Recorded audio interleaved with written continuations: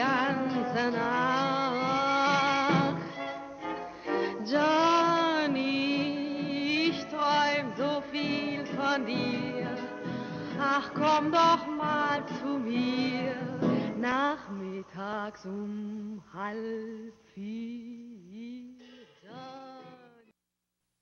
By the 1920s, exhibitions had become an essential form of communication and persuasion in the modern world.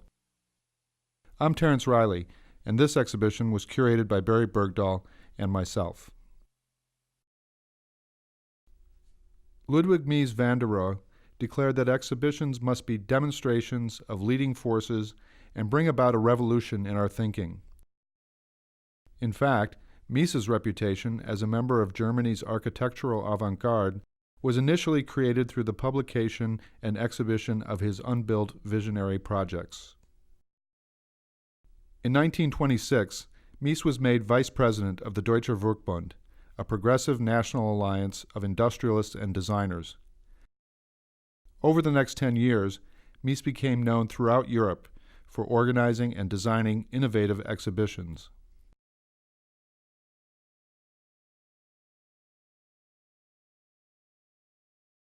Reflecting new visions of urban living, some fantastic, others more practical, the Werkbund staged The Dwelling in the city of Stuttgart to showcase German industry and the application of new technologies to the home.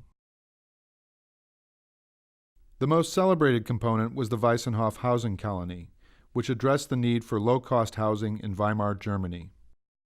Referred to as a built exhibition, the colony featured experimental housing designed by leading European architects, including Le Corbusier from France, J.J.P. Oud from the Netherlands, and Walter Gropius and Peter Behrens from Germany. Mies designed the master plan as well as an apartment block for its most prominent site. Initially open to the public, the freestanding houses, row houses, and apartments later became homes to over 60 families. The Werkbund not only addressed the need for housing, it created housing, and the homes are still lived in today. The dwelling also included exhibits of materials and products for the housing industry. Commissioned by the Association of German Plate Glass Manufacturers, the glass room was designed by Mies and his longtime collaborator, Lily Reich. It has been digitally recreated for this exhibition based on materials in the Mies van der Rohe archive here at the Museum of Modern Art. This exhibit is a sequence of flowing spaces. Only two are enclosed, inaccessible to the viewer. One contains a sculpture by Wilhelm Lehmbruck, the other is a winter garden, essential symbols of art and nature.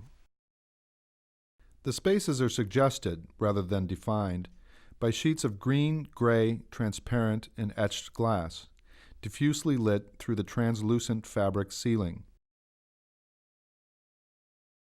In this austerely sensual environment, the sheets of glass produce myriad reflections, not only of the plants, the sculpture, and each other, but of the viewer as well. Adjacent to the glass room was this exhibit for the German linoleum works, designed by Mies, Reich, and the artist Willy Baumeister.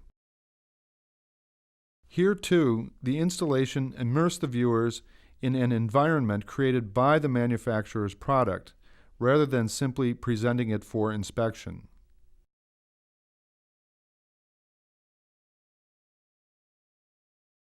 That same year, Mies and Reich also collaborated on the Velvet and Silk Café, constructed for the Women's Fashion Exhibition in Berlin. Set within a vast exhibition hall, they draped brightly colored silk and velvet to define the relatively intimate spaces of the café. Once again, their design was both material and spatial.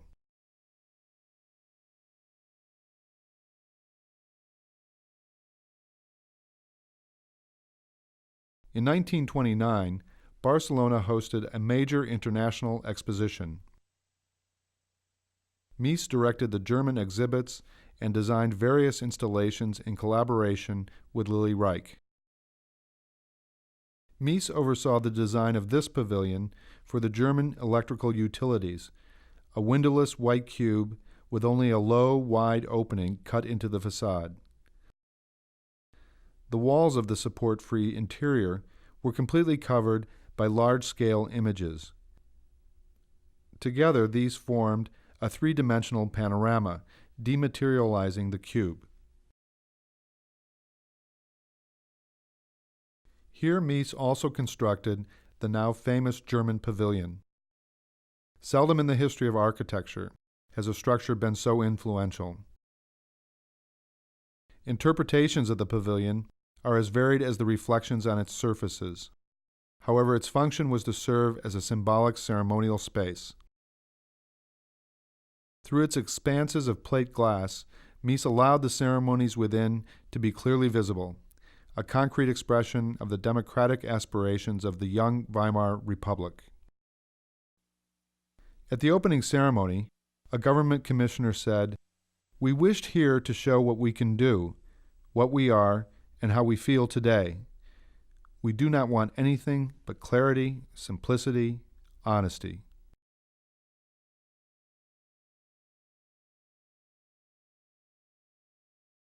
In 1931, as part of a larger event called the German Building Exhibition, the Werkbund sponsored The Dwelling of Our Time, another major display of architecture and design. Inside this enormous hall, full-scale temporary structures designed by progressive German architects such as Lily Reich, Otto Haesler and Karl Volker, and Robert Vorholzer, Max Wieder Anders, and Walter Schmidt filled the space. Once again, Mies was named overall director and designed both the master plan as well as the most prominent structure, a freestanding single-story house. Reviewing this house, the young American curator, Philip Johnson, observed that this three-dimensional type of composition defied photography or even appreciation from but one point of view. Only by walking through the building can an idea of its beauty be obtained.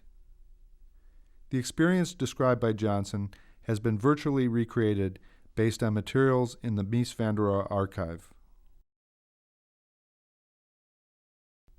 While no one ever lived in this temporary house, the selection of furnishings, some designed by Mies, others by Reich, and the architectural finishes and details suggest Mies's contemporaneous projects. As in the Tugendhat house, Mies created a Versenkfenster, a glass wall that can be lowered into the floor, dissolving the boundary between interior and exterior. In this house, Mies further explores the spatial ideas he put forward in the German pavilion at Barcelona, designed 2 years earlier. The space is defined by walls, some freestanding and veneered in exotic woods, others extending beyond the enclosure of the house to define exterior courts. Only the service spaces are completely enclosed, including the bathroom, a curved volume that separates 2 bedrooms. The other spaces flow through glass walls dressed in silk curtains into the semi-enclosed courts.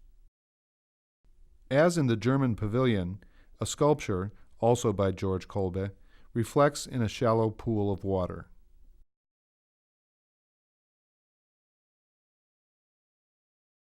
The National Socialist Party took power in 1933. The party enthusiastically embraced Germany's tradition of national industrial exhibitions, yet the very title of the 1934 event, German People, German Work, suggests the increasingly overt propagandistic role that such events would play. While this exhibition was held in the same hall as the 1931 event, it was organized around a monumental axis, presided over by a German national eagle. Mies was not asked to assume the overall direction, but he and Reich were invited to design the display for the German mining industry. Here, massive walls of varied heights, 2 of coal and 1 of salt, stood before mural-size photographs. Their abstract design stood in stark contrast to the political theatricality that dominated the exhibition.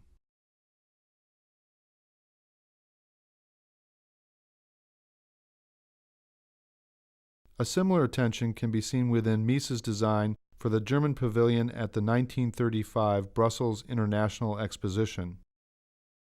In addition to industrial exhibits and a formal court of honor, the program called for the prominent display of national symbols.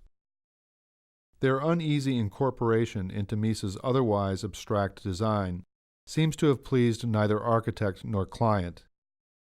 His design was rejected, and despite his stature in Germany and abroad, Mies received no further commissions from the Nazi government.